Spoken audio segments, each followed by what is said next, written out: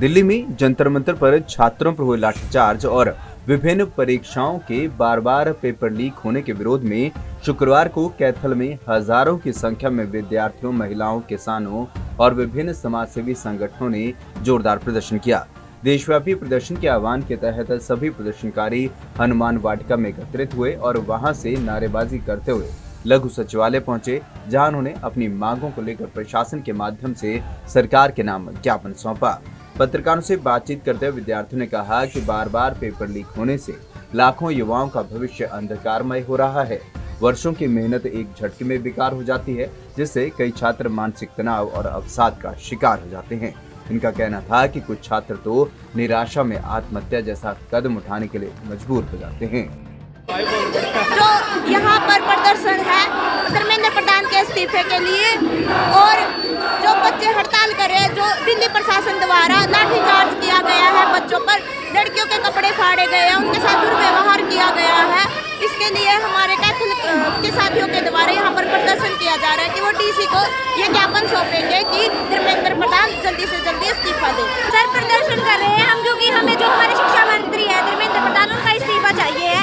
क्योंकि जो paper leak हो रहे हैं बार बार, एक तो बच्चा पेपर दे के आ रहा है, घर आके पता चल रहा है कि पेपर लीक हो गया है, वो बंदा बार बार एक ही पेपर की स्टडी कैसे करे, बार बार वो भी एक ही साल के अंदर दो तीन बार, वो भी एक ही पेपर नीट का।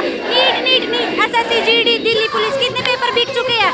मेरा खुद का पेपर क्लियर होते रह गया। क्योंकि पेपर बिक चुके थे। अगर सिस्टमेटिक ढंग से पेपर होंगे ना सर, तो अगर पेपर नहीं बिकेंगे तो जो बच्चा रियल से मेहनत कर रहा है ना, उसी का सिलेक्शन होगा। हम यही चाहते हैं कि जो शिक्षा ही किसी देश की अर्थव्यवस्था अच्छी कर सकती है, तो मेरी तो यही मांग है, हम सबकी यही मांग है कि शिक्षा को अच्छे ढंग से चलाया जाए। मांग यही है कि एजुकेशन सिस्टम को सुधारा जाए। बैक टू बैक SSC का हर एक पेपर लीक हुआ है।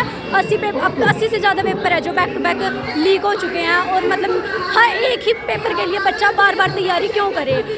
हर 3-4 साल में उसे बार बार पेपर देना पड़ रहा है। क्यों करे एक बच्चा बार बार उस चीज़ की तैयारी। तो इसलिए हम धर्मेंद्र प्रधान से रिक्वेस्ट है कि वो अपना इस्तीफा दे दें। प्रदर्शनकारी छात्रों का साफ कहना है कि आर्थिक रूप से कमजोर परिवारों के छात्रों के लिए बार बार आवेदन शुल्क भरना, कोचिंग की फीस देना और दोबारा तैयारी करना बेहद कठिन होता है।